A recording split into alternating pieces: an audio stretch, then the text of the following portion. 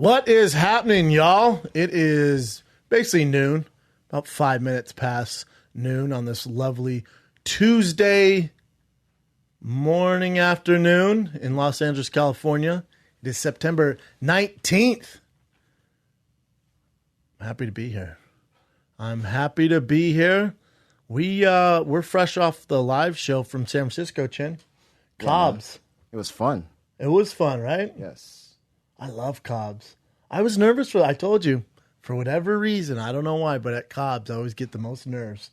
When I was there with Brian, when I was there this time, I don't know. You said the Robin Williams thing's a big thing, right? Yeah, because I grew up, my mom was such a fan of Robin Williams. We watched all his movies, and he's done all, so many sets there, because obviously, he lived close to there. So maybe it's that. Yeah. I don't know. Cobb's is always a big deal to me. And you're also doing it on your own. It's a freaking enormous place too, so yeah, that would freak me out. It's not that I don't know. It's not that I'm doing it on my own. I don't know. It's just for whatever reason, Cobb's hits that nerve. I love it though. It was a fun show. Super fun show. Very fun. You came with some friends. I did. Jim brought some friends, MJ. I only brought two, and then each of those girls brought like one of their friends. Well, one was like sort of a cousin friend. They were awesome. Right? Like usually, like when people are like, "Hey, can you mind if I bring my friends in the green room?" I'm like, "Hell no." But with you, I always trust you. I mean, you never have knucklehead friends. I was like, "I don't care, man." So Chin brought them back there, and they were awesome. Even after I was like, "Yo, where are we going to get a drink?" Yeah. Like, that's rare. But they were just fun. They were cool. They're super cool, but like they're crazy, but in a good way. They're just kind of loud. Not crazy, annoying. They were entertaining. They're fun. Super fun, yeah. Like I love when I don't have to be the entertainer, when I can just chill and react to them. Like who was the girl I was talking to? Her name is T, and I have some crazy history with T too. I think we were talking in a group together. She has the most Asian haircut of all time. She just had that haircut. She had the bowl cut. She had like the Dora Explorer bowl cut, but it looked good. She was badass though. Yeah, it was badass. It matches her personality. For sure. She's so crazy like that. Yeah. So she just wanted to do some wild haircut. And it even has like some weird frizzy things in it too. She was super entertaining. She's freaking awesome. And she just came. She had no idea who I was, what UFC is, nothing. No. And I told her probably halfway through after she's talking, I'm like, you need to do a podcast. Yeah, She's like, no, I have nothing to say. I'm like, listen, I'm a hater and I am so hard on people. I'm telling you, I know the podcast business. You need to do a podcast. Yeah. Her and whoever, just her spitting into the mic, Chris D'Elia style. But she was hilarious. Yeah. Super opinionated. That's cool. Yeah, really fun. It's fun. We dig her. It was fun. And then she brought a friend for you. You talked a little bit on Fighting the Kid. I did. I mean, you guys, and she was like, I literally brought my cousin. It's like, cousin. Which means nothing. Just close Which means friends. they've known each other since they were kids, basically. Yeah. She was like, I brought my cousin just so Chin, could talk to her. Yeah. You guys hit it off. Here's what's crazy about that. So me and T have a little bit of history. We randomly, got together at one time randomly. Like hooked up. Yeah, hooked up one time and then ended up becoming really cool friends. She ended up becoming, afterwards I dated the long-term girlfriend, the 3-year one. Okay. I dated her afterwards. My girlfriend at the time moved to San Francisco, met T, they became best friends. Nothing to do randomly, with me. Damn. It's so freaking crazy. And now they're best friends. And now T is also trying to hook me up with that girl too.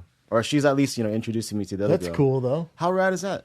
T might be the best wingman I've yeah. ever seen. She thinks she's a terrible wingman. No. But I think she's the best. Yeah. I'm telling you, man, that girl has something like. She's cool. As far she's as so entertainment, something. She was hilarious. What does she do for a job? She has a furniture business. They make. That her parents own? Bank, yeah. Is that right? Yeah. Yeah. Bank. I had no idea furniture companies made that much money, but they own it. So if you're doing it right, yeah. Yeah. So she does that. It was cool. This is the first time too, and again, I make zero. I'm pretty light maintenance. I'm not a diva when it comes to the green room.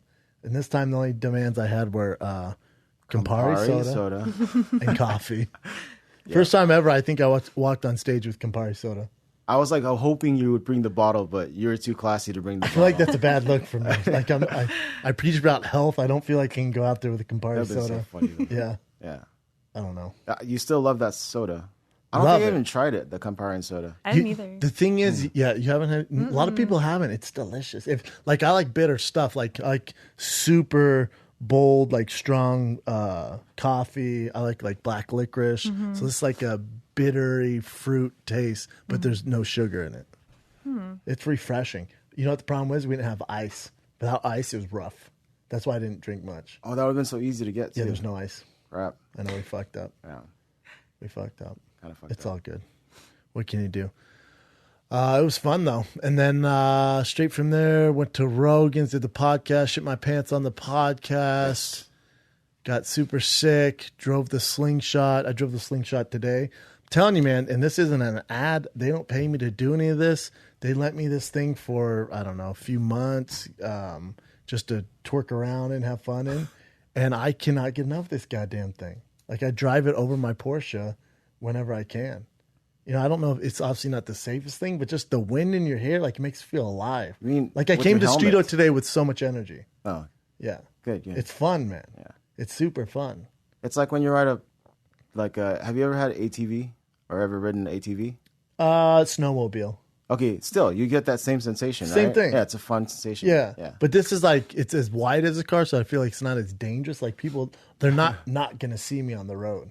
Like, I drove it on the 405 today, no problem. And then they sent me these helmets, and they look like I'm going to jump out of a Red Bull squirrel suit. Like, they're the most ridiculous. I look like I'm going to be flying a fighter jet. I know what you're Like, talking about, too. They're so intense. They're so dope looking, but they're so intense. Yeah. I'm like, I'd rather not wear a helmet. But I wear a helmet on 405. Everyone should wear a helmet. Yeah. Yeah. Do you ever do burnouts in them, that thing? No, I'm 30 as fuck, man. No burnouts. Still, I think those things are made for burnouts. Are All they? the rap videos have those kind of things, and they always do burnouts. I know, but I'm a dad. I don't really do burnouts and donuts and shit. Well, You should take it around, though, Chip. It's fun. I'll do a burnout. I don't care. I'll do a burnout. I will. Yeah. Yeah, I think I'm going to keep it. I love it, man. You don't feel like it might be a risk? I don't think so. I mean, if you've ever driven one, it's literally a car. It's like it's a straight up like little race car. What's the insurance like for that, though? Yeah, that's a damn good question. Because you said it's a motorcycle license, or Yeah, it's a motorcycle license. So I wonder how that works. Super pricey, I'm sure. You think? Because is motorcycle insurance expensive? I would think it is because it seems like it's dangerous. But for that You know why car? it's not? Because in motorcycle accidents, I don't think it's that high because when you get in a No. wreck, you usually die. But how much is So that they're like, slingshot worth? fuck it. How much is that worth, though, that slingshot? Probably like 18 grand. Okay, maybe. Yeah, they're not Five, like okay. crazy expensive. Still more Sure, though. expensive than my last few cars, so it's cool. Yeah, we need to figure that out, Jim. You're making better money, man. For sure, let's figure that out. Figure it out. Get you a company car or some Yeah. shit. Sounds Has to be JDM, though, for him. Right? How dare you. E-brake. E-brake. Oh, dude. I did do that. I did do e-brakes because we're front wheel drive. You know Yeah. JDM? Yeah. So the only way we could look like we're doing a drift is if we hit the e-brake real fast and start turning, it'll skid. Yeah, it goes. And then I was like, yeah. But then it's bullshit. It's faking it. Yeah, it's cool, yeah. It's the Super West lame. Coast way of doing It's it. cool though. Yeah, and then last night I was at the Comedy Store. I did Kill Tony.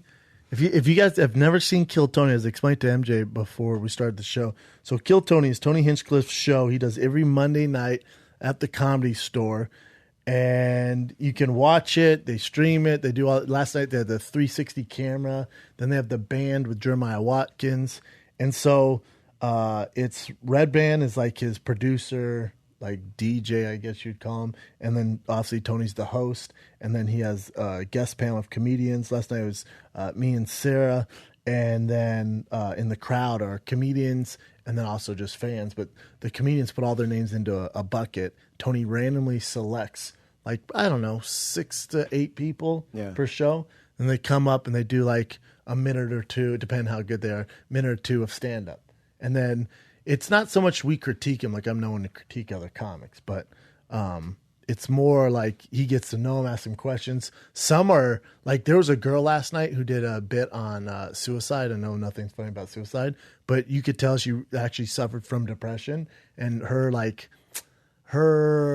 tone and her timing, she was brilliant. Like, she was really, really good. She was so good. Red Band does the Death Squad stuff, you know? Mm-hmm. He throws all the shows, which I think I'm going to do soon with them. We were discussing last night. But right when she got done, Red Band was like, hey, do you want to do like 7 minutes on my next show? She was like, I'd love to. I'm actually out of town, but I'd love to. Yeah. She was fucking good, man. And then there's some people, this guy got up there last night named Crocodile. Crocodile. And he said he was 33, is this black guy.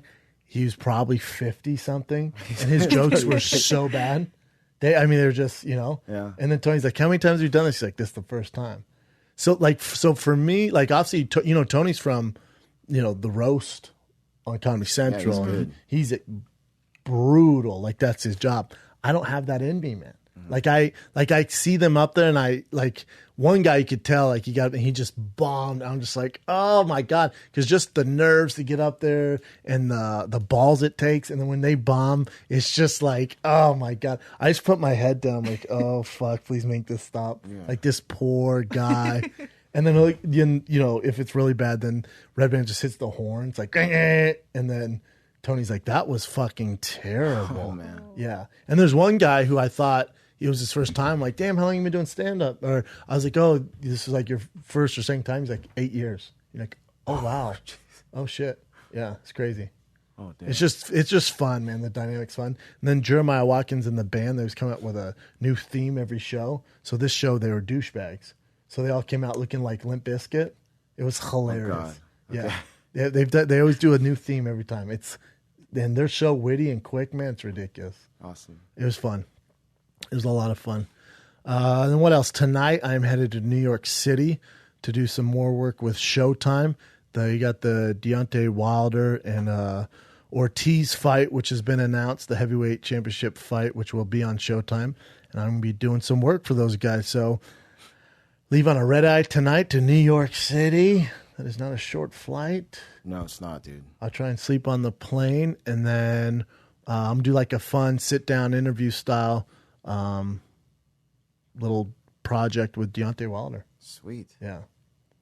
Who's an absolute monster. And this is a tough fight for him, man. If you guys are in the boxing world, you guys know Ortiz. They don't know much about him as far as his like amateur career. Like, oh, he's this age. It's always weird with, I think he's Cuban. Mm-hmm. And he's the guy no one wants to fight. He's not marketable. He's an absolute monster. He's southpaw. He's awkward. Granite chin. He's just not the guy anyone wants to fight. And Deontay Wilder's fighting him. It's by far the most challenging fight of his career. I want to say Deontay Wilder's 34-0 with 33 knockouts. Yeah, crazy knockout ratio. So I just feel like for him to take on Ortiz, and then you got Joshua fighting the next month. So it's basically, a little bit of a tournament style where the winners will fight each other. So for him to get past Ortiz, look at Ortiz, 27-0. For him to get past Ortiz would do wonders for him to fight Anthony Joshua, which is the fight everyone's talking about. And for him to fight Joshua is for him to get in the mainstream. That's what he needs to do. That fight is November 4th, Barclays Center, New York City. That's in Brooklyn, I believe. Yeah, he's 39-0 with 38 knockouts. Crazy. It's nuts, right? Yeah. Just been murking fools. The reason why I like this project is because Wilder and I have a similar background where his desire was not to become a fighter from day one. He wanted to play for University of Alabama football. And he went to JUCO, and then his daughter had this horrible condition, and to make money, he started fighting. But, yeah, so he kind of went a different path, which is super interesting to me. He went to play wide receiver for the Alabama Crimson Tide. But, yeah, his daughter has spina bifida? Spina bifida, yeah. Bifida, yeah. That sucks. I know, man. It's a crazy story. How much does this guy make? I mean, as a world champion now, good money. I mean, he's defended the belt a few times. 6'7", dear God. Yeah, he's tall, and I mean, he looks like he has a personality. He has everything you want, man. So but this fight isn't gonna catapult him into stardom. It's the Anthony and Joshua fight, which will do it. But he has this huge test he has to get through in Ortiz. Mm-hmm. He has a size advantage on Ortiz. It's just, again, Ortiz is just this guy no one wants to fight. So looking forward to that. It'll be fun. I'm back Thursday. Sweet. Isn't that kind of like how Triple G, at least in the beginning, nobody wanted to fight him because he was so good. Yeah. But he wasn't that marketable for some reason. Same vibe. There's a lot of those guys. There's some guys in the UFC like, there's argument. Khabib's kind of like that. Definitely, yeah. Fitch was like that. John Fitch was like that. But it's boring. He's boring, but he's a nightmare. Yeah. Like they're just Ben Askren. Like there's these guys who they're just nightmares to fight. More likely than not, they're gonna beat everyone out there. They're just not very flashy. They don't give great interviews. They don't care. They're really, really good at things. Ben Askren's a different animal because he'll talk a lot of shit. So that might be a bad example, but John Fitch probably a better example there. So looking forward to that New York trip, and then I'll be back to the grind. So tomorrow I'm fighting the kid. Brian Cown's co-host will be Will Sasso. Sweet. So you're going to have the kid and the man tomorrow. The kid and the man. That should be a fun one. And the water bottle. The kid, the man, and the giant water bottle. And Will be sweating. Yeah. And they will both be late.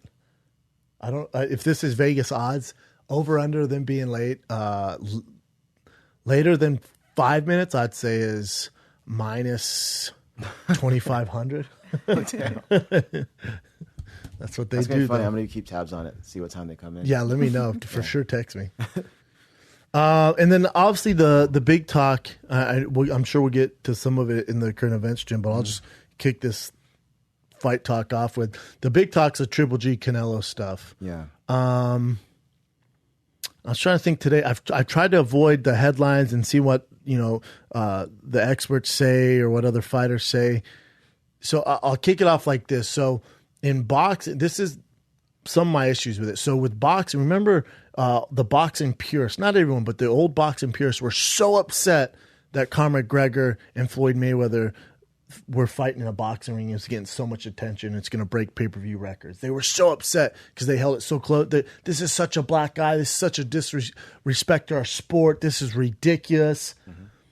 What's the worst thing that could possibly happen in boxing is something being crooked, someone getting shafted after a hard fight of the two best fighters in a very, very long time. And that's what fucking happened, man. You had the two best fighters on the planet. It's probably been 2 years in the making. Probably happened maybe a year late. It still worked, but maybe a year later than it should have. But either way, phenomenal fight. Triple G, Canelo Alvarez. And then you have it go to a draw because of a crooked system. And you had all these new eyeballs on the sport. Yeah, I don't know what the pay-per-view numbers are. I don't know if there's rumors or what, but I'm sure they were great. Everyone I know has been talking about it. All the controversy, all the hype, Oscar De La Hoya doing his thing during Mayweather-McGregor, everything, like Dana White talking about it. So all that negative press, all that positive press, all goes towards this fight. And I think it helped it, but the worst case scenario for boxing happened. The dark, dark tentacles of boxing reared their head, man. And you get this shitty decision and you screw over a guy. So I'll start this out by saying that with the worst possible scenario for boxing actually happened. It's not good for mixed martial arts. It's not good for Triple G. It's not good for Canelo. It's really not good for Oscar De La Hoya, and we'll get into that. I don't think it's good for anybody. It's just people go, the beat I get around town and on social media, people go, this is why I don't watch boxing. It doesn't matter. It's so crooked. They're going to make sure their guy wins, or it's a draw no matter what. This is why I don't watch boxing. That's what's wrong with boxing. The best guy doesn't always win. Like, well, no, they're punching each other in the face. It's very clear, easy to see who's going to win. Nope. You got Canelo, who's such a draw, he's the face of boxing. They can't afford to have him lose because Gennady's just not the bigger draw. He's just not the same guy. Now, if Gennady was a bigger draw, you wouldn't have this issue. Or if Gennady was a golden boy guy, you wouldn't have this issue. So, the worst possible scenario happened for them.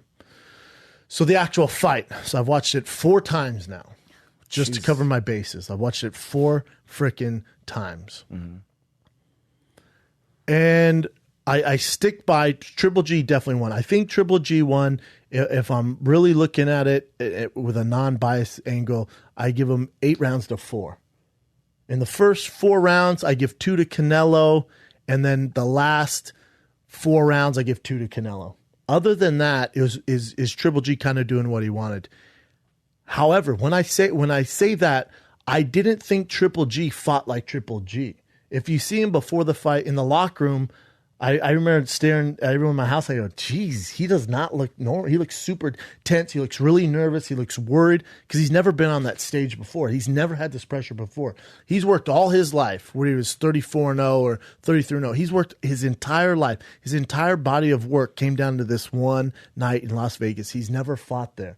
It's a different animal. It just is. It's a different arena. So before, remember on the breakdown with Tony Jeffries and Glenn, and I've said it before, where the experience goes towards Canelo. He's been the biggest fights in the world. He's fought in Vegas, I think, 8 times. He's the face of boxing. There's so much pressure on him. That's what he's used to. He's a diamond now.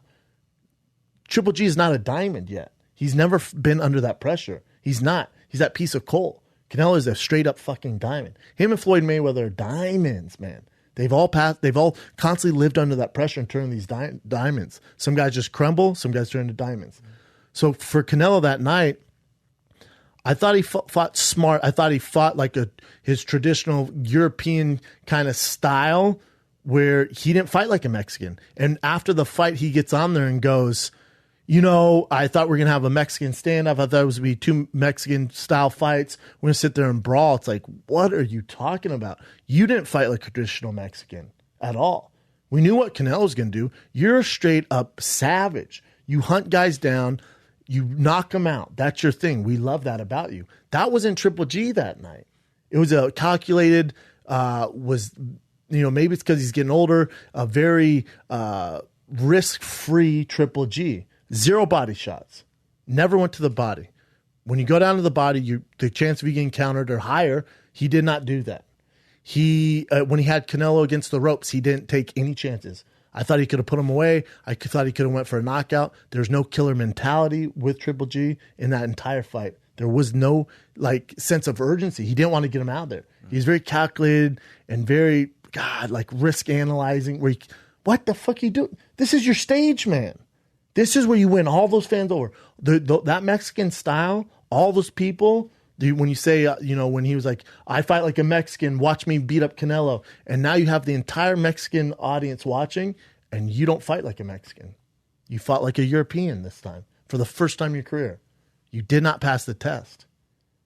And the test is to get to stardom. You didn't. You won the fight. Yes and no. You won the fight. I completely give you 8 rounds, so you won the fight, but you didn't fight like Triple G. You didn't fight like Triple G. And Canelo, I thought, looked amazing, especially in the first 4 rounds. I thought he looked amazing. I thought his power punches were great. I thought his movement was great. And then fatigue set in. I thought he got tired. I thought the pressure of Triple G took its toll on him. After about the 4th round, you could see kind of a change in Canelo. He started wrestling against the ropes, which is exactly what Triple G wanted. And even Canelo's corner is like, dude, get the fuck out. What are you doing? We need you to wake up. We need you to get going. Don't sit against the ropes. You're losing rounds when you sit against the ropes. You got to get off. Don't take rounds off. And he couldn't. I think it was due to his cardio. Because if he could fight like he did in those first, especially 3 rounds, oh my God, he wins 10-2 probably. He looked amazing. But I think the pressure of Triple G, you can't duplicate that in sparring. And I just think Triple G missed a huge opportunity here. And I don't think you get an immediate rematch. I know, I'm trying to stay out of headlines, trying to stay out of what everyone else is saying. So I don't think, and maybe it's out there, going to rematch right away. You can get into it in current events. But I think what is next, I think you get, because there's such a sour taste in everyone's mouth because of the judging. It's so shitty. I think what you have to do is to build this up even more. You have Triple G fight someone else. And then Billy Joe Saunders, and then you have Canelo fight someone else, like a Lemieux or something like that, and then they fight. But that said, Canelo only fights twice a year. He's the biggest name in boxing, and he only fights on 2 dates. So he only fights twice a year. So he's done fighting this year. It's not happening. You're not seeing him fight in December. That's never happening. He's not fighting this December. So he fights twice a year. So you will see the rematch this time next year. That's my prediction. It's just, to me, it's very frustrating on all accounts. I just think Triple G missed a huge opportunity. He could have jumped on this rocket that led him to stardom, and he didn't get on it. He was too safe. He was worried about that rocket blowing up. So he took less risk, which without huge risk, you don't get a lot of reward. So, when Triple G says this was the big drama show, there was no drama show because he ran from me. Well, no, he didn't run from you. He fought, like a counter boxer, which he always does. Mm. It was your job to go in there and be a missile seeker and hunt him down, and you did not do that. You were too reserved. You were just too reserved for my taste. He still won the fight. Now, if they do rematch, I think Triple G is going to have more issues than Canelo winning the fight. I think Canelo can do some things. I think he can kind of assume now what Triple G is going to bring to the table and realize he has to get his cardio up if it's possible for him. I think, Triple G is only getting older. If let's say they rematch this time next year, Triple G's almost 37. He'll be 36 for sure. And I want to say he's going to be damn near 37. So, the time's not on Triple G's side. So Triple G, you want to fight him right away. But that's not happening. And I think Canelo's only going to get better from this. I think if you look at that tape, you look at the fight, who's going to make the most improvements in the rematch? It's going to be Canelo. You look at it, you're like, what are you doing? He's taking rounds off. He's taking time off. He's landing some big shots. He's not falling up. But again, maybe Triple G in the rematch, he might be older, and obviously Canelo has a huge speed advantage here. But with Triple G, he goes, all right, maybe I do take risk in the rematch. I realize I went, now I'm 33-0-1, and I can't fight like that. I got to put him away. So I'm going to take some more risk. I'm going to go to the body. I'm going to open myself up. If he sits against the ropes, I'm going to make him pay a lot more. So that's my take on the Triple G Canelo stuff. Are you over the hype train now? Like, if they fought again, if they found their way back to each other next year, would you be super excited about that? Yeah, super excited. Still super excited. I'd be super excited to see Billy Joe Saunders, Triple G. Super excited for Canelo. Lemieux would be an amazing fight. Definitely both those fights end in knockouts for probably Triple G and Canelo. And then I just need a little break from them. I need a break from them fighting each other. I want to watch someone else dance. I still want to watch them dance, but I want to watch them dance with someone else. If that makes sense. Yeah. I just need a little break. But I think the rematch would be big. I wonder what the pay-per-views are. Do we have any news? See, this says estimated to be $5 million. To bank $5 million. Oh, my bad. Oh no, that's just purses. I thought pay-per-view buys. Alvarez set to make $5 million. That's it. Canelo makes $5 million. Got Golden Boys doing him dirty. $5 million for that magnitude of a fight? Jesus Christ. Take notes from Floyd Mayweather, man. Fuck. And the Triple G only gets $3 million? I had no idea it was this low. Oof. Is that for reals? Let's see. This is on MMA Mania. God, that is terrible. Yeah. So, Canelo Alvarez, $5 million. Gennady Golovkin, $3 million. Wow. The undercard, Joseph Diaz, $200,000 versus Rafael Rivera, $15,000. Yeah, the undercard's boxing can be a little rough. But, $5 and $3 million for that magnitude of a fight, that ain't shit. It's the life of fighting, UFC or boxing. But these guys are the best ones right now, right? By far. Canelo, Triple G, I can understand he's not a huge draw, even though he's a knockout artist. He's just not a huge draw. But Canelo only making $5 million to being the face of boxing is I thought he'd be way straight more than robbery. Your boy Oscar De La Hoya ain't taking care of you there. The other issue with the fight is the HBO commentating was just not good, man. It was so biased. They didn't even address the terrible judging. They didn't even bring it up. They were cool with everything. That's crazy. And Roy Jones Jr., dear God, I'm a fan of his, and he's supposed to come on the show, but he was so pro Canelo. It was tough to listen to, man. The commentating isn't helping anyone out. And a lot of times, let's say you're my dad or you're my brother or my friends where you're casual boxing fans, you watch it, that commentating can paint the narrative for you. Those guys are so important. Because they're like, I'm not an expert like Max Kellerman or Jim Lampley. They think it's a draw. Man, well, God, I guess I don't know boxing. No, you do know boxing. My mom's never seen boxing. She can watch that and fucking realize Triple G won the fight. Stick to your initial kind of thoughts on the fight. But if you have these experts telling you, I put quotes because they are experts. Jim Lampley and Max Kellerman are two of my favorite in the world. So I love Max Kellerman. He's by far the best. But if you work for Showtime, this is an issue. If you work for Showtime and they pay your bills, it's tough to be real. And that's the issue with media these days. The biggest issue. Because if they're paying your paycheck, you can't be like, oh, this is fucking terrible. Yeah. Are you shitting me? You know? You can't.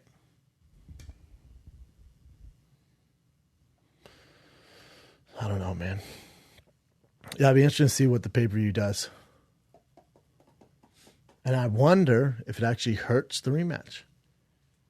I would imagine it does. When it ends in a draw and it's, someone gets fucked. And that lady doing the judging who scored it so pro Canelo, is that in current events, Jen? It is now. That lady should never work again in sports. Ever. Ever. Adelaide Bird, who scored it 118 to 110 in favor of Alvarez. And what do they say about it? Well, so I heard Oscar De La Hoya thought that was too wide of a gap, but he said that she's really good at her job, and he had it more at like 115, 110 or something crazy like that too. I mean, of course. Listen, you can't listen to what Oscar De La Hoya says about the fight. He's the promoter. Bob Bennett. Yeah, Nevada Athletic Commission decision has not been made yet on Adelaide Bird judging UFC 216. So Holy because of that, shit. Because she messed up so bad, he actually took her off the board and gave her a little break. So that's kind of their only punishment. Break means suspension. Yeah, but I mean, they're not sure. They haven't made a decision whether or not she is going to be a part of UFC 216. Oh, my God. So that's not really a break if they haven't made that decision yet. No. This is the problem. No one holds these people accountable. There's no repercussions. Zero. No one wants to look into this. There should be criminal charges pressed against this lady. You fucked Triple G out of a win, of the biggest win of his career. And for what? Because you don't like Triple G? No. Have you done this before? Yes. Do you have special interest in Canelo winning the fight? Yes. Do you know Oscar De La Hoya on a personal basis? Yes. What the fuck is going on, man? That's crazy. She's compromising the sport. Mm-hmm. For sure, stay out of mixed martial arts. Keep your ass out of the UFC. And obviously, I don't think Dana or any of those guys have any say in who the commission brings in. But if they do... This is her comments? This is Oscar De La Hoya. So he goes, a lot of people are not understanding 118, 110, just like myself. That's the bottom line. So he's acknowledging it. But I have to say, Bird is a competent judge. She's been doing lots of world titles for many years. That doesn't work. No. That does not bail her out. What he should say is, a lot of people are not understanding 118 to 110, just like myself. That's the bottom line. But I have to say, Bird is old as shit and has been ruining boxing matches, world title fights for many years. Something needs to change. We obviously have a huge issue in the sport. Even though I'm paying her behind closed doors, I probably should stop because I fucked up not only this rematch, but this fight. My bad. I mean, how does this get fixed, though? Well, you can't when you have guys like Oscar De La Hoya who runs the sport, who's the promoter, who goes, but 118 is okay. Yes, it is. And I can understand 115 with it. But I personally had it 7-5 for Canelo. People can argue it could have gone either way because it was such a good fight. Probably one of the best fights we've seen in recent years. Gennady is a tremendous champion. Canelo's tremendous champion. Everyone has their opinion, and that's what made this just a great fight. I disagree. Because now, are we talking about how good of a boxer Canelo is? Nope. Are we talking about how great of a champion Triple G is? Nope. We're talking about how big of a fuck-up this Adelaide Bird is and Oscar De La Hoya. Yeah. You guys overshadowed the two fighters. And he puts, I do feel bad for Bird for taking a lot of the heat now, 118, 110. That's pretty widespread. Again, there should be a little asterisk that says, at least the money should help her get through this. It should say, I do feel bad for Bird. Not terrible, because considering I paid her 6 figures to give that bullshit score. 118, 110 is crazy, bitch. I told you not to make it that crazy. It should 115, 113 might have been better. You old bitch. What are you doing? It's crazy, man. Have you seen her picture? Yes. I don't know why, but it just kind of makes you more upset at the whole thing. It's so frustrating because there's no repercussions for her. I don't know why. I shouldn't say it, but it just makes me more upset at the whole matter. I agree. She looks like Stephen A. Smith. She kind of does. In that picture, she looks identical to Stephen A. Smith. She should be nowhere near a boxing ring or a UFC octagon ever.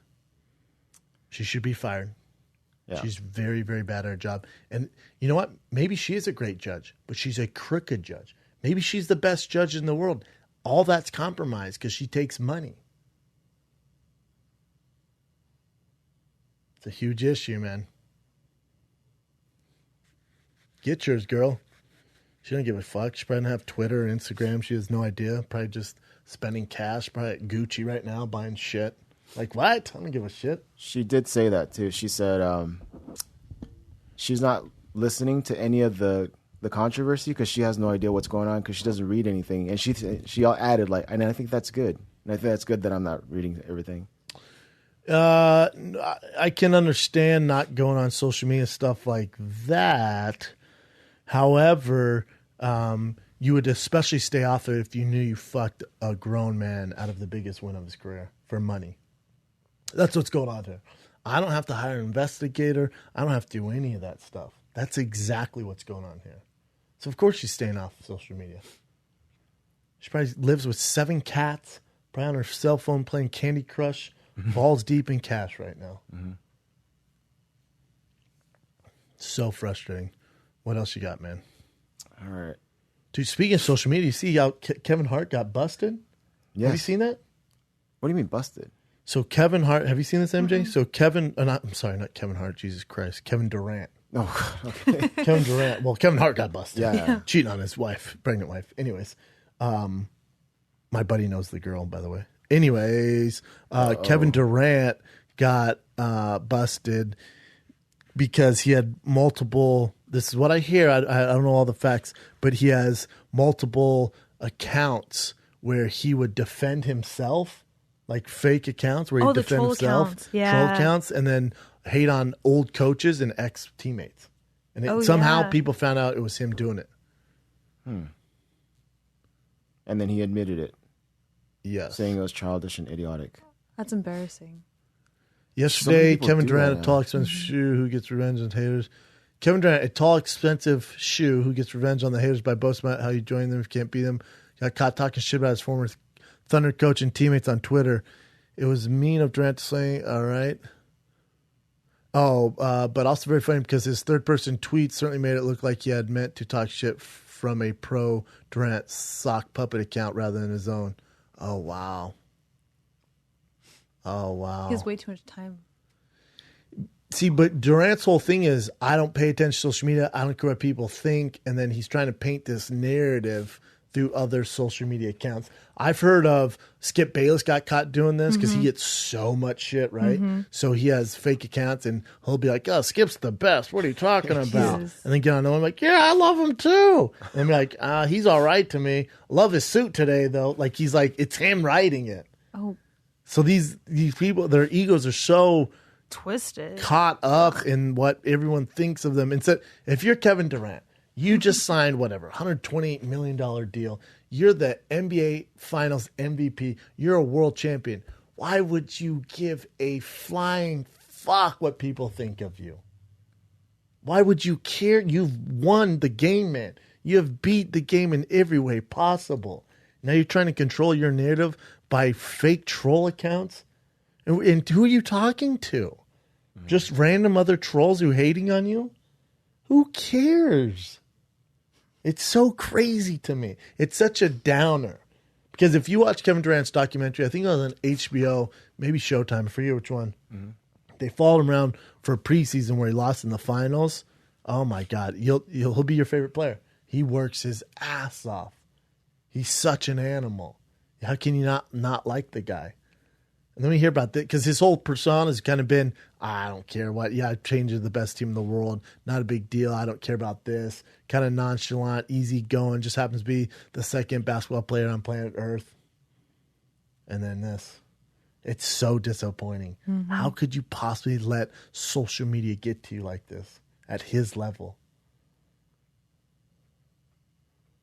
It's a bummer. Mm-hmm. I've heard of all sorts of fake accounts. I've heard of companies, who when they let their employees go, will bash them online. Mm-hmm. I've heard, and they hire people, or they'll hire actual trolls. Like they're not even fake accounts. They'll hire actual people to bash your name and stuff like that. That never wins. Those forums, the forums, the Instagram, the YouTube comments. That doesn't matter. It's not real. If you're entertainment, no one gives a shit about that. Meaning you're not going to not get a job based on that, based off a troll's opinion, based on a negative form about your show or yourself. None of that's real. That's all for people who aren't doing shit, a place to go, who aren't happy with their lives, to fill in those blanks and feel competent and just grow this negativity together. They do that. That's not real. Mm-hmm. That's this made up world full of losers with Cheeto fingers. Why would you care? Let them bathe in their sick happiness. Mm-hmm. I don't give a fuck. Like the kid on my live show goes, hey man, you ever read the YouTube comments? I went, never, bro. Mm-hmm. I don't know anyone who's successful who goes through YouTube comments. Mm-hmm. You know who goes through YouTube comments? People who are leaving those awful comments. Yeah. That have nothing to do. So true. Who aren't doing any. They're not creating content. And that's why they have the time to leave those comments. Mm-hmm. I don't care about their opinion. Now, if it's from one of my peers, it's like, man, did you see Tony Hinchcliffe, Tom Segura, Bert Kreischer, Brian Callen, Chris D'Elia, Joe Rogan, Joey Diaz, any major UFC fighter, Max Kellerman, Stephen A. Smith? If someone with credentials who's in my same media world, now if they're going to my shit and leaving negative criticism, then I'm going to address it. But if it's a Cheeto finger guy who lives in his mom's basement, what? Mm-hmm. That's never gotten to me, ever in my life. Mm-hmm. But I'm glad it gives them something to do. I'm glad it helps them out. Maybe it makes them feel better. They're just not happy with themselves. Mm-hmm. I don't have one friend in this world that's ever left a negative comment on someone, sent them a DM, right. Wrote on a YouTube, never. And all of them are killing it. Get a clue. There's a reason why they're successful. It's because they're not spewing out hate. Mm-hmm. No one's doing well who does that stuff. I've never met one in my life. True. Ever. I don't think you ever see their faces either. Never. Mm-hmm.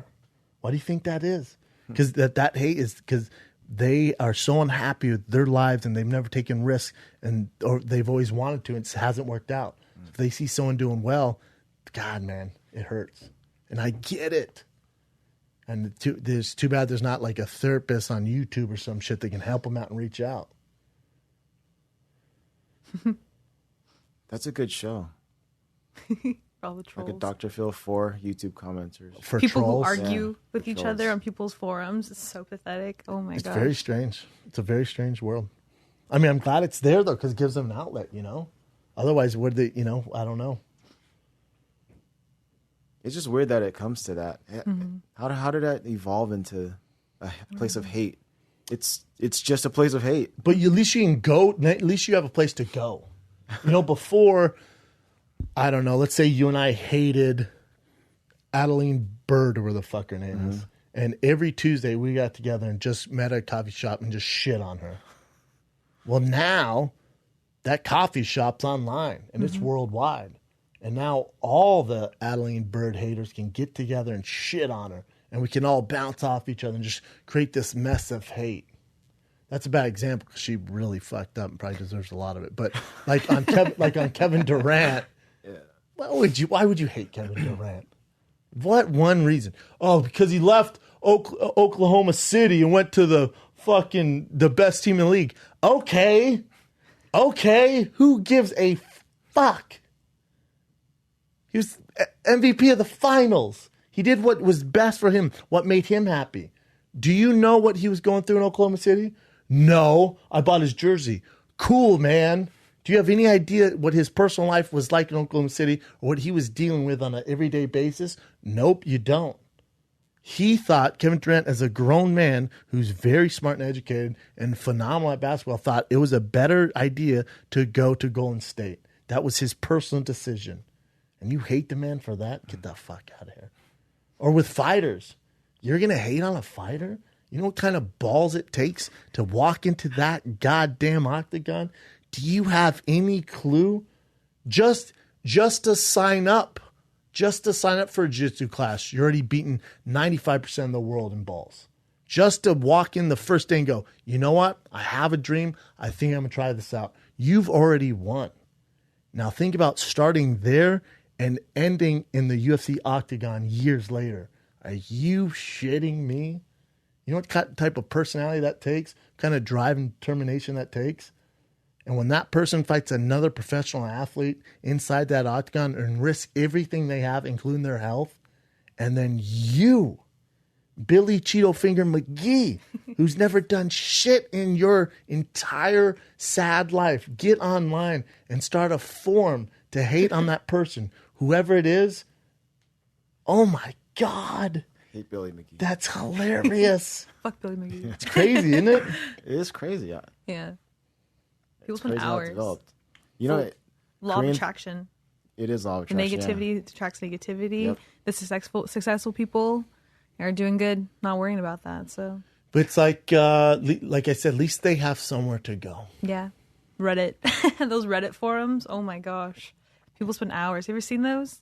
Crazy. I've never been to Reddit. I did a Reddit Q&A. I've never been on.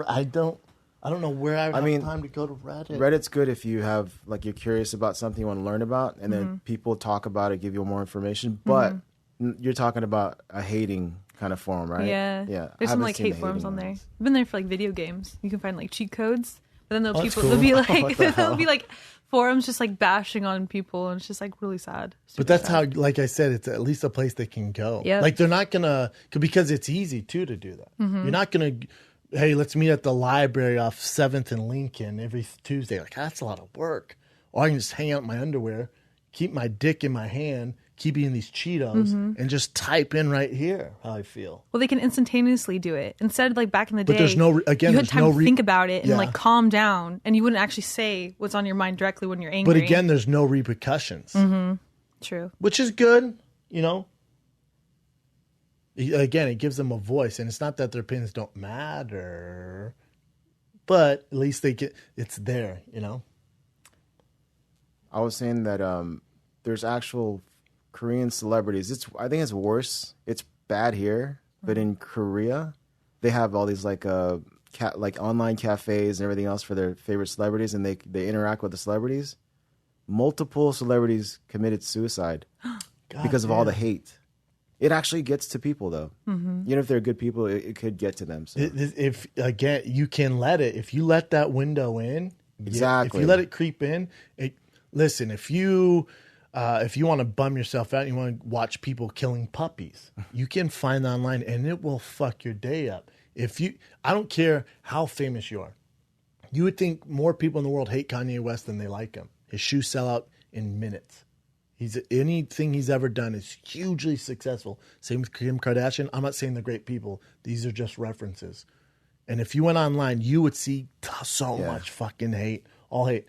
If Kanye West woke up one Monday and was like, God, I'm feeling kind of down. I want to, I don't know, kill myself today. He could go online and find, just the most nasty, dark shit in the world. It's all out there. Now, you could also find some of the greatest stuff, but the way our world works, the way internet works, it's going to gravitate towards the negativity, which is sad, but it shows you where we're at in this lifetime.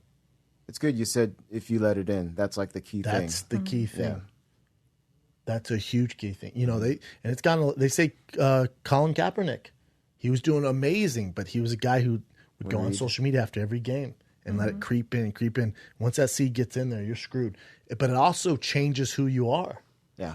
It will change the dynamic, the way you talk, the way you think, the way you dress. If everything I ever wore, if I took a picture and went, hey, in social media, what do you think about this? Oof. What the I would look like I'd dress like my dad. What? Think of the majority of the people, they don't have style. They don't care. Some do, but majority just don't care. Guys like, no, t-shirt, pair of fucking Lee dungarees, where the fuck they're in some Skechers. What's wrong with that? Nothing's wrong with that. It's not my style. I'll wear a fucking fedora. I know most people think it's gay. I will wear the fuck out of those Gucci boots. I don't give a flying fuck what someone says on the internet at all. I never have, man. It doesn't get to me. Some people it does. Some people think you should read online and stuff like that. I'm not one of those guys, because I think if you're doing things right and you're living the life you want to live and you're successful, or you think you're successful, that if you let that get to you, it's going to paint and it's going to steer your ship in a direction you don't want to go. Yeah. Because you're influenced on people who aren't in your same lane, but think they know what they're talking about. And it's going to take your boat over here. When you're on the right path, man, because you've always done things your own way and you're the creative one. Well, why would you listen to these people? Why would you listen to them? They have no idea. What do you care, man? But now fighters are being like poor role models, like Oscar De La Hoya talking shit. Isn't that kind of like paving the way for other people then to start talking shit about the fight and like bringing that negative notoriety to the fights? Like, that's what brings them money. Oscar De La Hoya is a different animal, because so you saying him talking shit about Mayweather and McGregor? Yeah, like talking shit, or just like fighters in general going on, social media handles to talk shit. So that's a two-part question. So with Oscar De La Hoya, Oscar De La Hoya talking shit about Floyd Mayweather and Conor McGregor, that's a business move. Yeah, business move. Yeah, because he's an owner of the promotion that's fighting after, and he wants to make sure us versus them. This is a big fight. This is a real fight. I'm going to go on a press tour, and I'm going to be the face of boxing and say this is a disgrace. It's going to get attention. It's going to make headlines. Therefore, it's going to equal sales over here. Smart move by Oscar De La Hoya.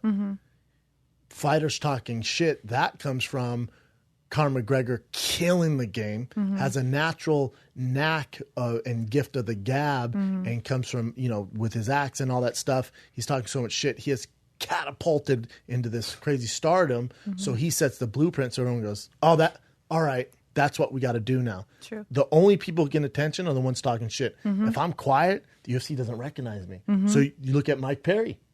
He got on the mic, was like, everyone wants to see me beat the fuck out of Robbie Lawler. All right, I'm going to watch that.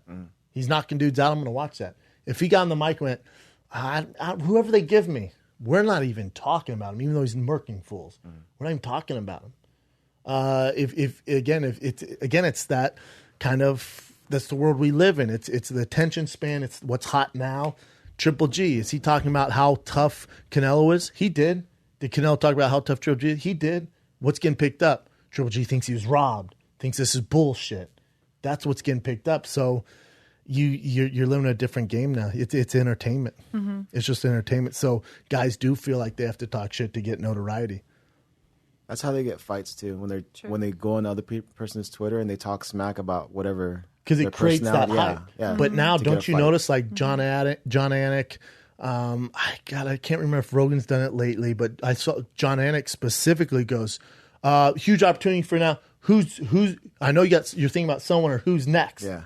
They used to never do that, but now they're forcing the hand because it creates its own hype. Now here's the promo, here's the cut we can make for the next fight. So now they're forcing. So if you're a fighter and you listen to this, for sure have an idea. I always had an idea.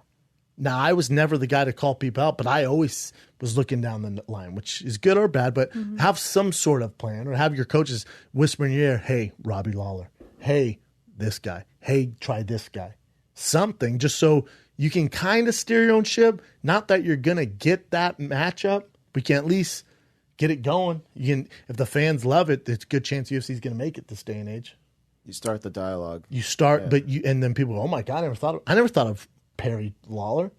I never either. I would pay I would pay cold hard cash to watch that fight. I never thought of that. It's an amazing fight. Yeah. Perfect fight. Fun fight. I don't know how we got on all this. Kevin Durant.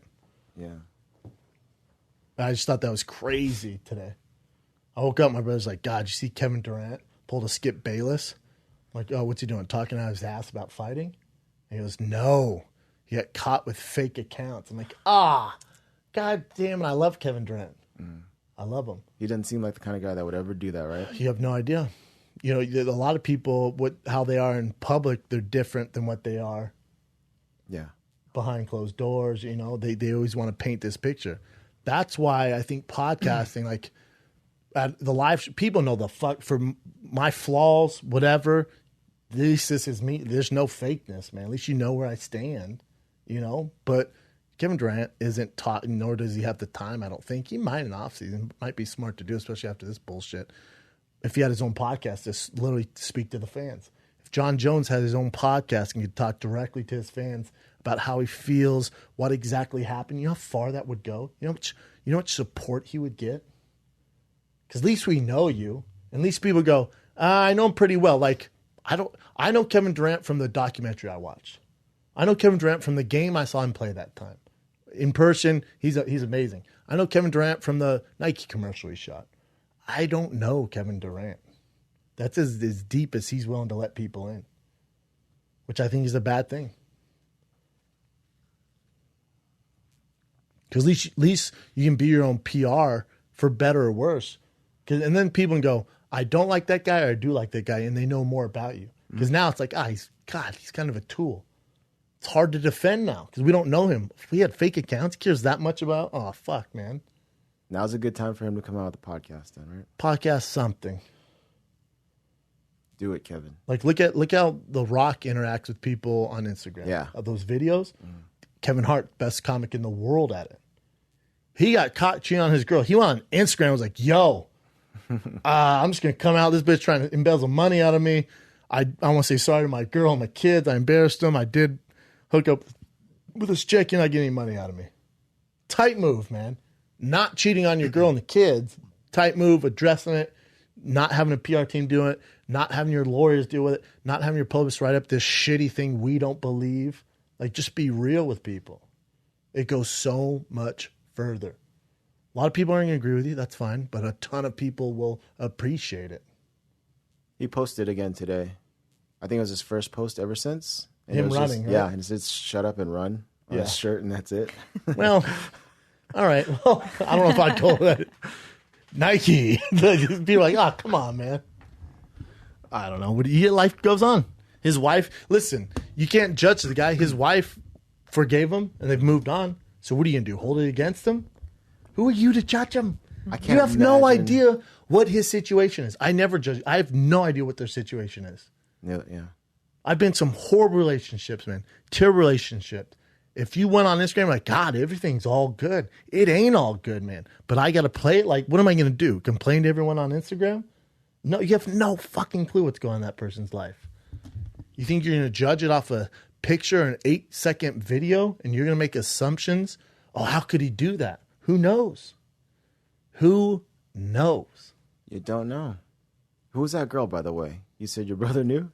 My brother doesn't. My friend knows her very well. Oh, really? Yep. She looked really, like, she has that special pretty look. She's very hot. A lot of people. I have her Instagram account. Very hot. Oh. I don't want to rap the girl. I don't want to be connected to the girl. I don't want any of that. I'll tell you off air, though. All right, cool. A good buddy of mine was like, yo, this. And this morning he's telling about it. I'm like, what the fuck? He's like, I can't believe she would do this. She was dope. I'm like, probably not, though. That sucks. She's a diamond. It was a little blurry, but she has that special look. I'll show you. Yeah. No. By special look, you mean Hot. raging hot. Super hot, yeah. Yeah, well, listen, if Kevin Hart's not exactly hurting for girls or attention. Yeah, I can't believe how much temptation he must have every single second of his life. Right? Like can't walk in imagine. that man's shoes Yeah. for 10 seconds before you judge him. Yeah, I know. Don't get me started on that. All right. What else we got? We're on a weird tangent there, but That's it's super fun. weird. It's fun, though. Okay. Edmund Tarverdyan. He's back in the headlines after God, a he's long been out time. for him. I haven't heard about him in a while. Powerful Super beard long in time. that picture. Yeah. He said he wants one more fight for Ronda, and of all people, he said Cyborg. Ooh, He thinks she has a good shot at winning because Cyborg's slow. interesting. How do we want to attack this one? How do you? He seemed pretty confident in that too. That's what you want in your coach. That confidence is what got Ronda to where she's at. Good point. That confidence is exactly what ruined Ronda's career. I don't think Tarverdyan's a horrible coach. I don't think Edmund's the worst coach in the world. I just think he fell into this hype train we all did with Ronda, where she wasn't fighting, that tough competition. Then when, she finally got to the cream of the crop after years, it's not her fault. She has nothing to do with that as far as depth in the women's division at 135 and who she's going to fight. She fought the best at the time. She murked them, but eventually girls caught up, and a girl like Amanda Nunes and a girl like Holly Holm came, and they exposed her for what she is. So, as far as him saying he wants her to fight in one more, that doesn't matter. Of course you do. I bet you want that payday and the notoriety and redemption, stuff like that. What's Ronda want? That's all that matters. I think it'd be amazing for Ronda to come back and get one more win. I think that'd be great.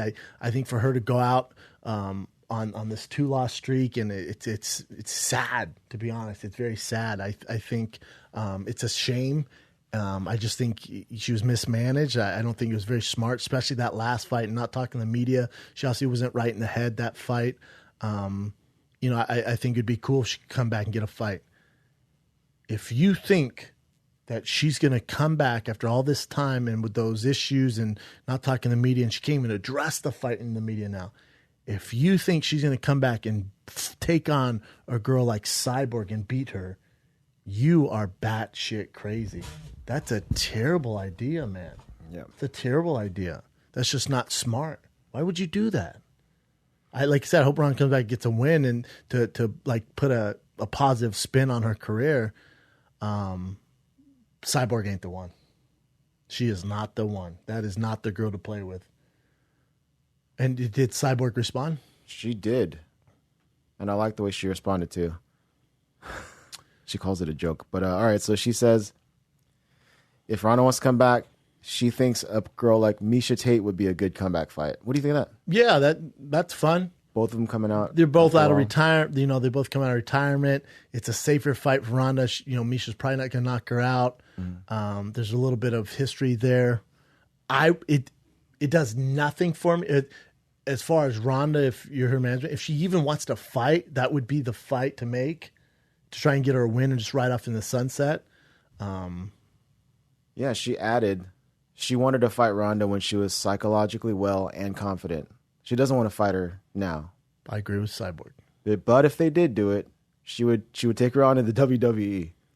And that would be the safest way. I think that would be the best way. Yeah, but that does nothing for the actual hardcore MMA fans, for them to do in WWE. And then who's going to win? Like you have to write that. You think Ronda's team's going to let her lose to Cyborg in WWE? They would make her win. You think Cyborg's going to let her lose?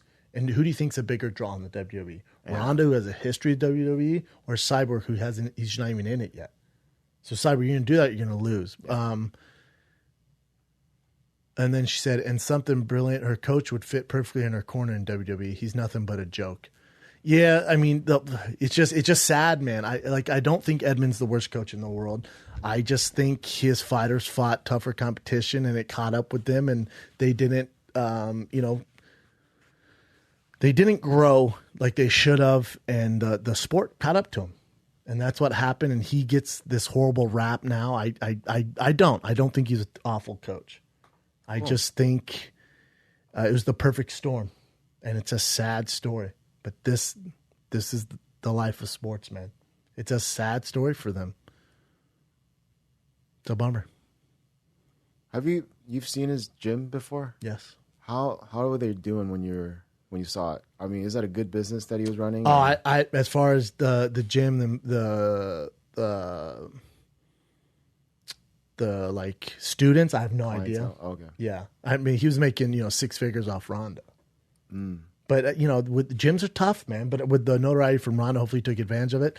I would assume his membership has gone down. Yeah, it's gonna be tough to get people to walk into that door and be like, God, I want to train with the late, the masterful wizard Edmund right now after those losses, because I don't think it was his fault, but the way the media portrays it, you look at Travis Brown's last 7 fights, whatever, since he went to him, and then obviously Ronda, it's gonna be tough to get people in the door, which sucks, especially if you're paying your mortgage based off that gym. It sucks. That's life, though, man. When you sign up for this animal, it's like having a pet snake. It's all fun and games, man. But when that thing fucking bites you, it's gonna hurt. Mm-hmm. They're cool to look at. It's cool for a little bit, but when that thing bites you, it comes fucking crashing hard. Someone got bit. What's up? Someone got bit yesterday, I think. Oh, by like a straight up snake? Yeah, he was trying to cook it, and it hit his neck. Damn. He was trying to show his family how to cook it and clean it. Alive? Yeah. So he's like showing the family. His hand slipped, and it went. Oh, did he die? No, they took him to the hospital immediately, but he blew up. God, dog. His head and his shoulder was just blown up. 1 point for the rattlesnake. That would hurt so bad. Yeah. Oh my God, that would hurt. A fucking snake biting your neck? Mm-hmm. It's over. It's not over, but... Unless you go to the hospital super fast. True. All your airways closed, too. That's the thing that scares me the most. Like, everything just swells up. You can't breathe. Dude, nothing really scares me, but snakes scare me. Spiders don't scare me. I see black widows around my crib all the time, although I'm taken care of now because of my son. Yeah. Spiders don't scare me. Insects, lizards. I see lizards all the time. Caught one in my house, giant-ass lizard. Nothing. They don't scare you when you walk by them, though, and then they come out of nowhere? No, they're cool. I had a pet lizard when I was a kid, an iguana. I used to walk on a leash like a cat. I had geckos. I had fucking anoles. I had, all sorts of weird animals. Crazy. You walked your lizard. Yeah, I walked my lizard like That's a cat. Not a lot of friends back then. I'm sure you walked your lizard like a cat? You walked cats? That's another way. I was like, what? That's a good point. You can walk cats. Like I do WAG, and someone had their Bengal, which Bengals are like craziest, but Bengal tiger? no, the little Bengal, the Bengal cats, the little. I know what you're talking about. Oh, like tiny Garfield's? No, they don't look like Garfields. They're I don't know. know. Cats. I'm allergic to cats. are they Bengal? Are they called Bengal? I think The they're ones that Bengal. John Jones has? John Jones? The tiny. Oh, no. Like you're 17 talking pounds. about the thing that's mixed with like a goddamn mountain lion. Something like that. Oh, yeah. no, No. not Oh, you're big. talking about just a small cat? Yeah, I'm just like talking like a little house cat. Oh, no. You walk a lizard Yeah. like a cat. Sorry, I'm getting off topic. No, I'm Just with 'cause you. I- That is fucking weird that I said I walked it like a cat. You meant either dog or you used to walk your cat. No, I used to walk my cat, Zeke. He was really out of shape, and they made me walk him That as a is kid. freaking hilarious. His name was Zeke. He was insanely out of shape. My mom made me walk him. And I remember the leash was like a shoestring because I can't have like a dog leash. And then I was at the store, and for my birthday, I remember if it was my birthday or my brother's birthday, you had to get both of us a gift because our feelings would be hurt if the other one got gifts. So my brother got a pair of Jordans. Again, we didn't grow up super rich. So my brother got a pair of they were Jordan 5s at the time, which I have them now. They're my favorite shoe of all time. Jordan 5, for that reason, me and my brother loved them. My brother got Jordan 5s, and I got a pet iguana. And the guy was, so weird. I was the weird fucking crocodile hunter as a kid. The guy at the pet store was like, we're going to need a leash. And I was like, yeah, I'm going to need a leash. He's like, because they need exercise like all the other. And I was like, you're fucking right, man. And so I put on him, and I was walking him, and I was like trying to show off to my friends, and the thing just freaked out, like rolled, and it was like, it was a whole fucking nightmare. Yeah, I used to walk lizards. I tried at least. The rolling thing, I can imagine too. Oh, it was a fucking. The thing did not. It was like trying to fucking tame a dragon on Game of Thrones. It was a nightmare. I'm not Khaleesi of iguanas. It was a nightmare. Don't walk your iguana, kids. They hate being leashed. They hate being tied down. What else we got? All right. You know what? We're gonna take a break. I gotta pee hard. All right, go for it. What else you got, man? I got this. Michael Bisping says that the St. Pierre fight at UFC 217 might be his last ever. He's got some stuff going on too. So yes, he said next year he's got 3 acting projects lined up, all big, 3 big movies and a Netflix series. Which it seems like everyone's saying they have a Netflix series. I remember Anderson Silva said he had like a Netflix series. Or I mean, they're doing a lot of content. Good for Bisping, man. He's a funny guy, a lot of charisma. Good for him. I hope he's done. With the other guys left, and look at his career. I think there's a good chance he beats GSP. What a great note to go out on. It'll be a huge payday for him. He's defended his belt, 3 times now? So he beat Rockhold, beat Dan Henderson, and then now he's fighting GSP. Is that his third? I'm going to look him up real quick. Almost positive.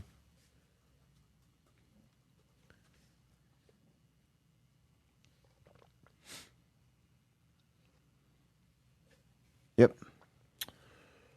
So, I mean, just look at this. So, he beat Anderson Silva, which is a crazy fight. Yeah. Fight of the year for me. Then he knocked out Luke Rockhold to get the belt, and then defended the belt against Dan Henderson, which was an amazing fight. And then now, if he beats GSP, you've beat Anderson Silva, Luke Rockhold, Dan Henderson, and George St. Pierre. We go in Sizzler Hall of Fame. Mm-hmm. And then you ride off into Hollywood.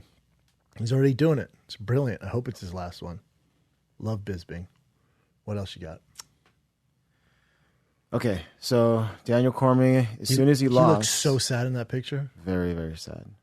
Okay. He actually used this picture as his picture to write the statement, too. All right, what's he say? Oh, it's not there. Okay, so he said that he didn't want... As soon as he lost to John Jones, he wanted to actually throw away all his belts, but his wife made him just at least put it into his closet and not throw them away. And to this day, he still can't even he can't look at the belts. Why? Because he doesn't think he's a real champion? That's a good question, right? So, even though John Jones beat him, we all know he was on stuff, so he should be proud enough to be able to look at his belts, right? But he still doesn't want to look at them. So I think it's okay. Well, I can see why he does that, because John physically beat him up. Mm-hmm. Whether he was on PEDs or not, he physically took the belt from him. He did. He beat him. Whether he beat him. So I get not having those 2 belts up. But I would leave the Anthony Johnson belt, the Gustafsson belt. I'd leave those bad boys up. Oh, yeah. I'd definitely leave those up. I'd leave the Strikeforce belt when I won the heavyweight Grand Prix. I just, he still has a lot to be proud of. I get not with the John Jones ones. I get that. He's very tough on himself. Very, very tough. I'm a big DC fan. I'm with his wife. For sure, don't throw those away. What else you got? Let me see if this is the picture. Yeah, this. Okay, so no, I mixed up the 2 pictures. Oh, his head. He's looking up. Let me read this. Go up. Let me read this. So this is his statement. So life can be such a roller coaster. I think sometimes you have to just take a moment and breathe it in. You never know what's going to come your way. You try and handle it the best you can. One thing that has been amazing is the support from you, the fans. God, I feel like he could have more support. I have never felt so much love. It's crazy because all this happened when I lost. Guys, now I call upon you to take a breath, lay off Jones. This is such a DC thing to do. Let him and his team figure out what's going on, what happened. I was down, and some may have kicked me, but the majority of you showed compassion, love. After the fight, Jones showed compassion. Regardless of what has happened, as humans, we must show compassion. John is not on this ride alone. Remember, this man has a family. Let's respect that. You don't show your support for me by hurting others. Again, thank you for unbelievable support. Trust that you guys will come through again, DC. That is such Classy. a DC thing to do. That's why the classic thing to do. People still don't love him. I don't get it. Yeah, I'm glad he did. That's a classic thing to do. I mean, that's DC for you. I wonder what tune does DC would he sing if John came out and was like, "Yeah, I took stuff and beat your ass. I took stuff and took years off your life when I kicked you in the face. What's up?" You know what I'm saying? Like, that's basically what he's saying, but not saying if it does come out, he actually took steroids. Mm-hmm. If that, you know, if he gets a 4-year suspension, is John still saying, is DC still saying that? Like right now, it's still up in the air. So he's like, "Yo, let's not kick him when he's down." But what happens if it comes out he actually took stuff? Then what do you do? It's kind of like if you're DC, you've kind of already won. Obviously not in the octagon. You're not beating John ever. But you've kind of already won in the sense that John's gone for 4. His career's over. So you don't really need to kick him when he's down. I think DC, no matter what, is just naturally a nice guy. Me too. Guy. But I also think he's really smart in planning on how to write this stuff, especially during this time. This is the best thing you could possibly say to John. Yeah, what else you gonna do? Especially for your fans to read. It doesn't make a ton of headlines. Like people are like, "Oh, he's being nice." Fuck that. It's the world we live in. What else you got? Let's look at this. For UFC 216, Ferguson versus Lee is going to be the main event, and then Johnson versus Borg is going to be the co-main event. I don't have a problem with that. The only thing is, because Ferguson and Lee is an interim title, and obviously DJ's a real belt, or quote unquote real belt, and he's doing something that's going to possibly make history. So I see a little bit of I get it. Like obviously Mighty Mouse, it's not interim belt. He's setting the record. It's Ray Borg though, and we don't know if Ray Borg's going to show up. We don't know if he's going to make weight. Yeah. And I like Ray Borg. I think he's an absolute savage. But with his last fight going the way it did, if you peg those guys to the main event and then he falls out again, what are you going to do? So I think this is a combination of him pulling out last time, then be like, all right, let's hopefully he makes the weight this time, gets the proper nutritionist or whatever happened with the last fight. But we can't peg them as the main event because people are going to be sold on Tony Ferguson versus Kevin Lee. Mm-hmm. That's what's selling the pay-per-view. I like this order too. I like it. I dig it. I don't have a problem making either of them, but I love that Tony Ferguson and Kevin Lee fight. Love, love, love that fight. What else you got? So the most recent fight companion, Rogan said that he doesn't think Conor McGregor's done with boxing. And then I'll read you what he says here. He goes, "I don't think he's done with boxing. Look, he went the very first fight against the greatest ever, and he didn't look too bad. If there's a legit big fight, say if Canelo Alvarez steps up and says he wants to fight Conor McGregor, Conor might do it. Do you think he would take? No, I think Alvarez? Joe smoked a lot of good weed, and I think that he fought Floyd Mayweather, who's not a knockout artist and who was the safest, biggest fight he could get. And he is not going to fight a guy like Canelo. He is not going to get embarrassed like a guy like Triple G. Those guys no. Everyone knows I'm the biggest Conor McGregor fan there is, but you got to draw the line somewhere. That would be the line. A Canelo or Triple G, I think he was high, and I don't think Eddie Bravo and Jim Norton had any ammunition to fire back at him. He did say that. It wouldn't be a smart move between Canelo and Floyd. Floyd was just a brilliant boxer. Canelo is a murderous puncher, and he'll fuck you up. He'll hurt you. Triple G's not a good fight for him either. Neither Canelo nor Golovkin is a good fight for him. They're terrible fights for him. Those guys are different. Oh, there you go. So he's kind of just... He's like, listen, Conor might do it. These companions shouldn't make headlines. When whoever writes these, the companion is a group of guys talking shit. You're just having fun with your friends. You shouldn't hold any stats, facts accountable, any of that stuff. We're literally talking our ass. I'm sure they're high as fucking kites. Probably had some wine. I don't know. I didn't watch it. But they shouldn't be headlines. You're 2.5 hours into just bullshit with your friends. You're like, man, I don't. Maybe Conor's not done. Maybe if I can out Triple G, his friends like that'd be hilarious. I know. Like I don't know what the context was. I know, right? Can you imagine? I mean, shit, he fought Floyd Mayweather, whose biggest fight, and he did decent. There'd be a huge payday in Canelo Triple G. Can you imagine? And then you get this. Mm-hmm. Don't take those companions serious. What else you got? Canelo would destroy McGregor. Be Boxing, trouble. Right? It'd be trouble. Okay, more boxing.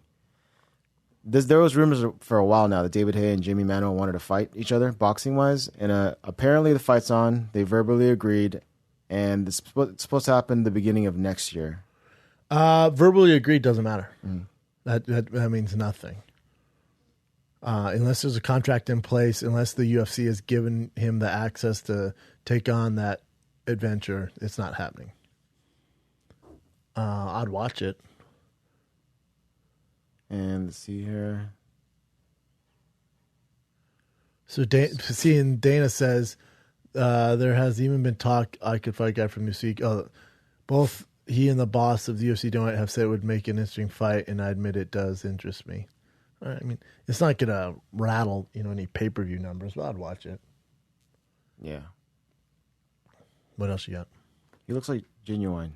Oh, a little bit, like a big ass Genuine. Yeah. Good call. God, what's Genuine do these days? I don't know. So here's just another rematch announcement: Jose Aldo versus what the hell is his name? Ricardo Lamas. Huh.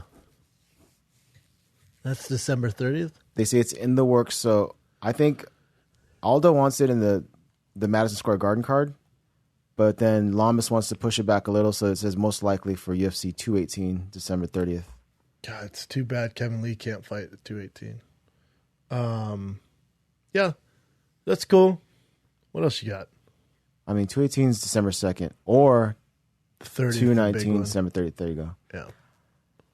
Joe Ban. Yeah. Big Brown Breakdown alumni. He's going to be doing his first analyst debut for UFC Japan, the one that's coming up. I want Paul Felder on the last UFC Fight Night with Rock Cold Branch. I thought Paul Felder was amazing. I thought he was really, really good. Sweet. And I think Alan Jouban's going to be just as good. I think it's really smart what they're doing.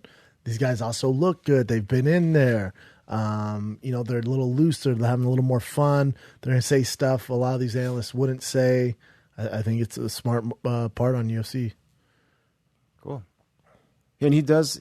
Have you ever done something with him? You guys were on the same show, right? I did UFC Now with him. He's obviously done the Big Brown Breakdown. Yeah. I think he does a podcast with Karen Bryant. Like, he's very well spoken, knows the sport. Obviously a dime piece. I wish him the best, man. I hope he does well with that. We got to have him back on. Maybe when he gets back from Japan, we should have him back on. Sweet. Okay, so I wanted to ask you about this because Luke Rockhold says the only reason why he's not moving up to light heavyweight is because of DC. And we all know that DC is not in heavyweight because of Kane. So it seems like do you think they would be better at that weight too? Do you think Rockhold would be better? I think Rockhold still has work to do at. Someone just dropped an entire bank vault. Did you guys feel the earthquake last night? No, I didn't feel it. Did you feel it? Yeah. It woke me up. Yeah. Didn't wake my son up. He's a little gangster. Woke me. I mean, it shook the fuck out of our house. Wow. It was scary. Earthquakes are scary. Anyways, Luke Rockhold has more work to do at 85. He can get his belt there and then go to heavyweight. Light heavyweight would make more sense. Yeah, so he's not done at middleweight, but as far as him going light heavyweight, I'd love to see him at light heavyweight. He's a big-ass middleweight. Yeah. Light heavyweight, there's no one. He could be a superstar there. He'd be a great matchup. Again, the upper guys, I think, like Gus Finn, obviously DC, but again, Gus Finn and DC, besides those guys, he's going to give people a lot of problems. Guy, so much skill. Be the most skillful guy at 205. I mean, he's good at everything, so... Light heavyweight definitely in his future. I'd be down for it. Yeah. Listen, with him, DC, and Kane, like all those guys are older. Like, how long are you going to wait? Maybe you guys should all talk. Also, Luke did his last camp in Florida. So he's not even at AKA, really. I know they're old training partners, they're brothers. I get that. Kane's been out for a grip. Yeah. Like, at what point do you guys go, all right, man, my dreams be heavyweight champion of the world, DC. If I'm DC, I talk to Kane, like, hey, this is what we're going to do. What do you have? One more fight? Cool, I'm going to go there after that. Luke should go, all right, when are you going? Because I'm going to go after that. But you need to talk instead of you guys just never doing it. But also, Luke, you train in Florida now. What else you got? Max Holloway. Okay, he didn't want to take a fight recently because he wanted to get his contract squared away. And then he wrote this. He got to meet with the UFC brass, and I can say things are looking up. The meeting went super well. Like I said before, I had no doubt in the UFC. I love this company. They always find a way. they figure a way to make stuff happen, I think we're super close. I believe in my heart, you guys are going to be blessed. You guys are going to have the blessed one back. You guys are going to get in the ring. blessed one back, yeah, his nickname. Yeah, before the end of the year, so I'm excited. It doesn't seem to me, reading it, like he actually got what he wanted from this conversation. What do you think? No, I mean, it's not exactly super positive. I don't know what he's asking for. I wish we had some sort of He definitely wants more money. Obviously, but how much more? I'm sure he deserves it, but what kind of numbers is he demanding? Also, if you're in negotiations, what are you going to badmouth them? No, you're never going to get done. So, and he's expecting Frankie Edgar as his next matchup. That'd be cool. I'd watch that. Yeah, hopefully they figure it out because I'd love to watch them fight. They didn't figure that division out and just move on. What else? Let's see what else looks fun here. Yeah, what do you think happens for Hector Lombard now? God, such a shame, man. What a dime piece of a human being. It's, sometimes it's over. I don't know what he wants to do. But he's fallen on some hard times. Yeah. Again, sure. right? I talk about this all the time. It's a game of streaks. And he lost to Neil Magny, Henderson, Johnny Hendricks, and Anthony Smith now. See, the problem is, when you lose to Neil, you're like, all right, well, it's Neil. He's kind of small, even though he TKO'd me, whatever. Anyways, and then you lose to Dan Henderson. You're like, all right, he did beat me by spinning elbow, which is weird, spinning back fist. But it's Dan Henderson. He's a legend. All right, Johnny Hendricks. Like, all right, it's Johnny Hendricks. We're both on tough times, but still Johnny Hendricks. But then when you lose to Anthony Smith, not Anthony Smith isn't a tough fucking customer, but he's not the upper well-named guys at these. It's probably time to move on, man. Yeah, Anthony Smith is a beast. Super beast. I'm saying he's not like one of those legends, because when you keep losing those legends, you're like, all right, that's Dan Henderson anyways. All right, that's Johnny Hendricks. He was the former champ anyways. When you get to this point, it's like, all right, now I'm getting knocked out by not the guys who are at the same status. Probably time to move on. It's a game of streaks. Runs. That's a bummer. I'm a Hector Lombard fan. Is that it, brother? We got a fight card this weekend. We do. Hold on. Bring that last one you're about to. I just saw the headline. Yeah. So I wanted to show you this because Bobby Lashley looks you're juicing. He looks jacked there.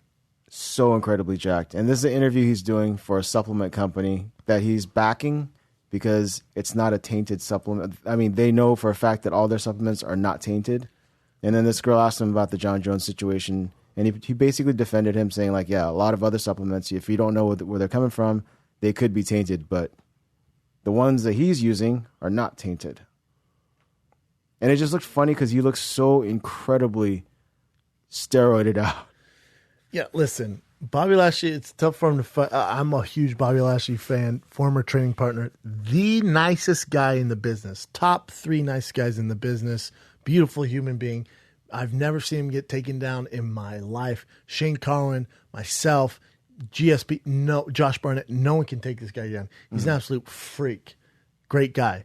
Tiny head. But I'm not mad at the girl interviewing him either. But he, I don't know if I want supplement advice and testing hot for products, as an endorsement for John Jones from Bobby Lashley. I want Bobby Lashley and Roy Nelson to fight. I'm a Bobby Lashley fan. I don't give a fuck. He's never failed a test. No. We'll leave it there. Not saying he's clean, but he's never failed a test. The whole eye test thing, I would bet my life. Eye tests don't work for me. Son. I would bet my life on this eye test. Yeah, but I would. Have you ever seen? Bobby Lashley's always been shredded. He just doesn't look like a human being. I've seen when I saw him, when I saw him fighting in the cage, I was like, I couldn't believe he was a human being. The nicest guy ever. Yeah. Like such a good dude. Works his ass off. His grappling is ridiculous. He gets tired fast. Well, he's all fucking fast twitch muscle. I still have this huge scar from when we were wrestling with our shirts off. His nail went down my back, and you'd think Wolverine fucking scar. I have a huge, this big of a scar down my back. How does his nail get into your back? He likes his nails longer, which is a no-no in wrestling, but he likes his nails longer. And we were just going, and he was trying to take me down, and we were in the heat of it, and he just went on accident. And I was like, oh, my God. It was like he just fucking filleted my back. Yeah. Huge scar still. Love Bobby Lashley, though. We got to fight this weekend. God, talk about flying under the goddamn radar. This UFC fight night is better than last week's card. And last week's card was a burner. Last week's card was really fun. Great fights. This one is flying such under the radar. Maybe because it's in Japan or some shit. I don't know.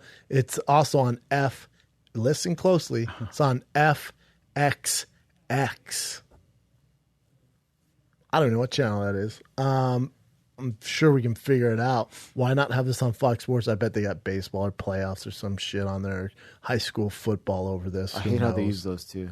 I hate how they move stuff over all the time. It's do better. I'll lay off that one. But the card's a fun ass card. The poster could have been better. I would have went with a more traditional Pride style. They kind of went with like a traditional Japanese style, but I would have went with like a straight up Pride style. But you got OSP, who was originally supposed to fight Shogun, who pulled out, I think, due to a knee injury. Yep. Right? A knee injury. Mm-hmm. Now he's fighting Okami, which I saw OSP and Shogun went down. You could say it was a lucky punch, that left hook that landed on Shogun, whatever. I don't care. I've seen it. I've played that video game. I haven't played OSP versus Okami, though. Mm-hmm. And Okami is a fucking tough customer. Super tough customer. He went to World Series of Fighting, got released from the UFC. But Okami in Japan? Yes, please. Not an easy fight for OSP, man. And OSP's always been a tough guy as far as when you fight him, you know you're in for a goddamn fight. Can you go to his record for me? Because he was in World Series of Fighting. Yeah, so I don't even know how he's able to fight unless they're cool with they're the cool. UFC. They have to be then, right? See, there he is doing his thing. So he lost. All right, he got TKO'd by David Branch. He never beats like the upper echelon. He beats like really, really good guys, but whenever it's the upper echelon, he loses. But I don't think OSP's upper echelon. I think OSP, has that explosive knockout power. Yeah. But again, Okami's a tough guy to put away. He's very smart, man. He's very calculated. He typically wins by decision, or he loses by knockout. He's like a super close to Chael Sonnen too. Yeah, so they were training partners for a long time, and they fought each other multiple times. Fuck, what's your take on this? Who do you got? I'd take OSP. I mean, because I have no idea. This is the thing with OSP, though. Flying to Japan, that time difference, you're fighting a tough customer, Okami. Okami's had a little bit of chin issues as of late, but if OSP doesn't land that initial huge, kick or left hook, from that southpaw stance, and Okami just sits in there and it's 5 rounds. I don't hate betting on Okami. Do we not have the odds? I don't mind Okami as an underdog to win by decision and not a fun fight. Yeah, he's a great grinder. He's plus 400. Huge. So if I'm a betting man, I always like to give you guys an underdog. I like Okami as a dog in this, especially at plus 400. Not bad. In Japan, he's back in the UFC. OSP has cardio issues before. Granted, he went 5 rounds with John Jones, or was it 3 rounds? John Jones, 3 rounds. So he's never, the 5 rounds with the Okami. Okami, if he does win, he has that grinding style where get him down. If OSP doesn't get him out there in the first 2 rounds, man, I like Okami's chances. A plus 400 as a dog, I'll take it, man. There's a reason OSP's minus 500, so don't be like, oh, you're picking Okami. I'm just saying I would not be surprised in the least bit if our headlines are, not when I say headlines, I mean the deep balls underworld of MMA on on Sunday morning. Okami wins in boring decision. Claudia Gadeja versus Jessica Andrade. That's a fun fight. That's a great fight. Claudia Gadeja. I mean, in person, I don't know what way she swings. Dime piece. You think she might be? I have no idea, nor do I care. No, I'm just curious. Beautiful human being. Yeah. Beautiful human being. Then you got Dong Young Kim versus your boy Gomi. Yeah. But that's not the Dong Young Kim. That's Stun Gun. No, this is the other Dong Hyun. Which I don't know if you... No, not that. Far top right. Yeah. The Maestro. The Maestro. I'm assuming. But Gomi's been doing... Oh, my God. Gomi needs to stop. Yeah. Gomi needs to goddamn stop. But they need people for Japan. You got Saki on there. That's the one. Who's not excited for that? I mean, granted, he's going to straight striker. This poor Henrique da Silva, Frankenstein. I'm assuming he's an all takedown. I mean, an all stand up guy. Okay, he's at 3. All right. Well, God damn it. He's coming off 3 losses. They want Saki to win, huh? For sure. And this guy's a knockout artist. Look at him. He came in the UFC at 12-0. Jeez. I'm sorry. He came in the UFC at 10-0. And then first win, TKO. Second win, submission. And then 3 rough goings. Oh, I thought his beginning career. Stand-up dude, though. All TKOs and KOs. Mm-hmm. Enjoy Saki. Good God. That's such an interesting play for the UFC. They would never sign... If this is 4 years ago, 5 years ago, they'd never sign a guy like Saki. That's such a Bellator move. I'm surprised Bellator didn't get him. Oh my! And boxing, there's never been a better stand-up artist as far as kickboxing, Muay Thai to ever enter the octagon. I mean, I would come out in wrestling shoes if I fought him. I might as well put a gi on. There's no jabs. There's nothing. I would come out like Randy Couture against fucking James Toney. But I would just crawl over on all fours just to grab his ankle and knee pick him or ankle pick him and fucking get on top of him. Enjoy that. Oh, and just so his last win was in Dubai. And then before that, he beat Tyrone Spong. Yeah. By leg fracture. Yep. Again, he beat Tyrone Spong by leg fracture. So there's that. For sure don't get leg kicked. Oh, and they also fought guys like, you might have heard of them, Overeem, Badahari. You shitting me? Carter Williams. Semi Schilt, Anderson Silva, Rico Van Hooven. God, Jesus. For sure take him out and submit him. What else you got? Let me see it. Yeah, they're all fun fights, man. I'm not mad at this card. Yeah. Hey, you know you look identical. You know Ishihara looks like your little brother, even though he's Japanese. Does, huh? You guys look identical. I need if you were like, haircut. Yeah, Ishihara's my he's my little brother who runs a Japanese fucking cartel, I'd be like, oh, that makes sense. You guys look identical. Have you ever had braids like that? I don't think so. Damn, look at his opponent, Rolando Die. Yeah. Nickname, Die Incredible. Die Incredible. Sick. Definitely going for Die Incredible, not the small chin. I like the card, man. It's on FXXX, 7 p.m. Saturday night. Oh, no, it's Friday night. Fuck, son. It's a Friday night fight. Oh, crap. Never mind. You don't want to watch this card. Why? Your show. Ah, fuck. I just realized that, too. I thought it was on Saturday. Shit. I forgot I'm at the Laugh Factory on Friday. It's been a crazy week. Yeah. Fuck this card. I mean, no one's being like, God, I don't know what to do. Shop show or this ridiculous FXX card. Yeah. We're not competing with that. We should be all right. We're almost sold out. Speaking of which, this Friday, Laugh Factory Long Beach. Get tickets now, tfatk.com. Fuck FXXXX Japan. You guys can record it, but you can't record my set. So boom, there you go, tfatk.com. It's almost sold out, Long Beach. I will be there. MJ will be there. Chin will be there. My brother will be there. Klopp, the whole fam's going to be down there. It's going to be a fun, grand old time. Get tickets right now, tfatk.com. Thanks for listening, guys. I am off to New York. Wish me the best. Hopefully Wilder doesn't punch me in the face. What can you do? As usual, bigger, browner, badder. I'm out.